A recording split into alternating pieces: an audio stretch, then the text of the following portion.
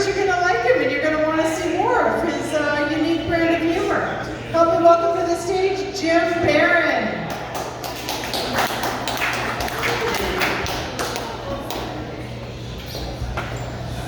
I don't care if that one dude said this pretentious, I like this spot more. This is a lot better. How's it going, guys? Good. I'm going to start off with something light today. So my wife left me in March, and that's not the joke, so hold your uproarious laughter. But I've been single since then, which is the real joke here, because like, I think I'm irresistible. But I guess people don't agree, so that's alright. Yeah, so my wife and I were together for 13 years, we're married for 11. So now I'm dating for the first time, like, since I was in high school. And it's not, I mean, it's going all right. I've been on some dates. Four dates since March. I mean, and that's a lot, you know. It really is just me getting out there. The first date I went on was a lot of fun though. Like, we met on Tinder, and obviously we're not together, so that's not the way to get in relationships. But you know, I took her out to dinner, and like, we had fun. We talked about, you know, like politics and social justice issues, because I like to show off how like woke I am. And it must have worked, because she invited me back to her place, and we watched a movie, and we did some kissing, and then she sucked on my toes, right? And like, I don't know if you guys know this, but it's fucking phenomenal. Like, your toes are basically 10 little penises attached to your feet, and it feels good when somebody sucks on them. So I know some of you guys are probably like grossed out by that, and all I have to say to you is that you need to try to wash your fucking feet, because this really is coming across like a you problem, and like you're pushing your insecurities off of me, and like, I'm just trying to get my toes up. My feet are literally delicious, and you're all just jealous. So that was I think a good date. The second date I went on with a different person was not good.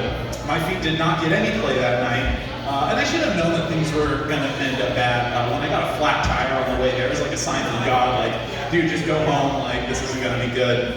But I persisted, and I went, and like, I don't want to say that this girl was a catfish, but no other word really applies in the situation. It was definitely not what I expected. I was a little let down. It was a nice date though. She was nice enough to give me a ride home. It's like an hour from where we went on a date. And I just want to give you guys some friendly advice. Like, if a stranger's driving you into the middle of nowhere late at night, jokingly reassuring them that you're not leading them somewhere to murder them has the opposite effect. You can cut the tension in that car with the knife that I had for non-murderous purposes. But I got home safely. I can't guarantee how she got home. I think we should probably just move on. I'm sure she's still out there. I said we're moving on, you guys. We can't keep talking about this all day. It was definitely some fun, and I'm using notes because I don't bother remembering anything. But then I do, because I write it every time. But anyway, so I decided to like take a break from dating and really focus on myself as a person, and you know, just try to be the best father I can to my 5-year-old daughter that I didn't tell you guys about. Now that I've mastered fatherhood, I think it's about time to get back out there. So since you guys are my only friends, I'll let you know how that goes when the time comes. So yeah, therapy's going pretty good for me. I don't know if you guys know this, but I started therapy a couple months ago. How would you know this? I've never seen anything before in my life. I'm asking you, Megan, because she's me. But you guys, you're all strangers. I just want to say, I'm not going to talk about your mustache, except for to talk about the fact that I'm not going to talk about it. Mostly because I'm very jealous and intimidated. But, so no, therapy was weird to start because I'd never paid anybody up to that point to talk to me on the phone before. You know, like I never called like a phone sex line. And to be honest, I'm not even sure they take my health insurance. Like, I think that's only the premium plan, and that's just a little out of my price range. So, regular therapy it is. I love movies. Does anybody here like movies? Really? Like one person? You should have all said yes. That was a real softball question. If you don't like movies, you're fucking monsters. We can't be friends after the show. But I got to the point where like I love movies so much, I just started watching other people watch movies on YouTube. Like it's grade A entertainment. Like so for example, like instead of watching The Goonies for the 50th time, like a nerd. I'm gonna watch a total stranger watch the Goonies for the first time and then judge them on a personal level based solely off their reaction to the movie. And it's a really healthy way to spend my valuable free time. But if you don't know what I'm talking about, like, congratulations, I really envy your fulfilling personal lives, and I also hate you for it. But a YouTube movie reaction video, this is complicated, is a video of somebody watching and reacting to a movie uploaded to YouTube. Now please try to keep up, that's really important in the next bit. I'm actually starting a YouTube reaction channel for my 5-year-old daughter, because she has not seen like any good movies, like fucking nerd. So we record our first video tomorrow, and our first movie is going to be Saving Private Ryan. So like, make sure to like subscribe to the channel and like the video, and maybe just throw in some money on Patreon because college is really expensive. And I'm a good dad. I'm trying to get started early. I got some ways to go. One second, I jumped 2 pages because I'm so good. I remembered an entire page.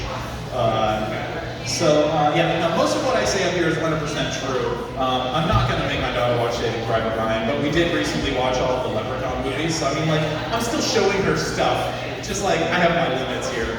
I was recently accosted by a homeless man, I assume he was homeless, his pants were dirty. I was parking my car, he came up and he tried to start washing my windshield, like a character from an Adam Sandler movie. And I went to stop him, but that's when I noticed that this homeless man was not wearing a shirt. And he was fucking minced, you guys. Like, I'm talking straight jacked. Like, this man's cum gutters had their own cum gutters. Like, I don't know if you understand what I'm saying. This man had a fully functional semen irrigation system operating full steam on his lower torso. And it was absolutely spectacular. I just let him finish up his work. And then I panicked though, because I only had a $20 bill on me, and I didn't know what to do.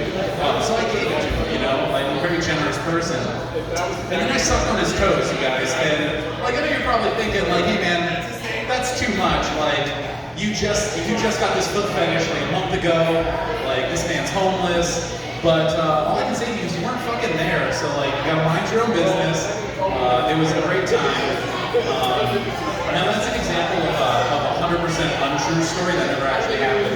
Mostly because reality is so much less entertaining than making up stories. So here's a real story about what happened with me and a homeless person recently. I was sitting in my car on my lunch break, and this elderly homeless man comes up and knocks on my window, and I'm like, fuck, okay, here we go. He's gonna ask me for money. And of course he did. He's like, hey man, you have $1 for food? And I was just like, sure, here's $2. I'm a very generous person. I'm very generous, you guys. And I thought that would be the end of it. I gave this guy $2. That's twice his asking price. He can leave now. But he didn't leave. He stuck around. He's just like, hey, what are you reading on your phone? And I was just like, are we this kind of friends? You're gonna ask me? I was actually watching somebody watch Scream on YouTube, but I didn't want to explain the complexities of YouTube reaction videos to this elderly homeless man. So I just told him I was on Facebook, because everybody understands what that word is. And so I thought that would be enough for this man to leave me alone. But it wasn't. He then decided to salute me, and he was just like, hey, I was a Marine Corps vet in Vietnam. I fought for your freedom. And I was just like, man, I don't have the time or energy to explain the socio-political machinations behind the Vietnam War, but I can tell you for a fact it was not for my freedom. I was born in 1990, it's 21 years after. In the US, it had nothing to do with my personal freedom. But I didn't say that to this guy because I didn't want to get stabbed by a homeless Vietnam vet. So I was just like, thank you for your service. And apparently that's the magic word to get this man to leave, because he left me alone. And that story is not as interesting because nobody got their toes sucked. And it's not as much fun for me. But that's all I got for tonight, guys. Thanks a lot. Keep it going for Jim Barron. Isn't he fun? Tonight when I'm drifting off to sleep, all I'm going to be able to think of is this little penis went to market, and this little penis stayed home. This little penis ate roast beef. Isn't that a funny thing to think about, a penis eating roast beef? Yeah. I'm never going to get to sleep tonight. So,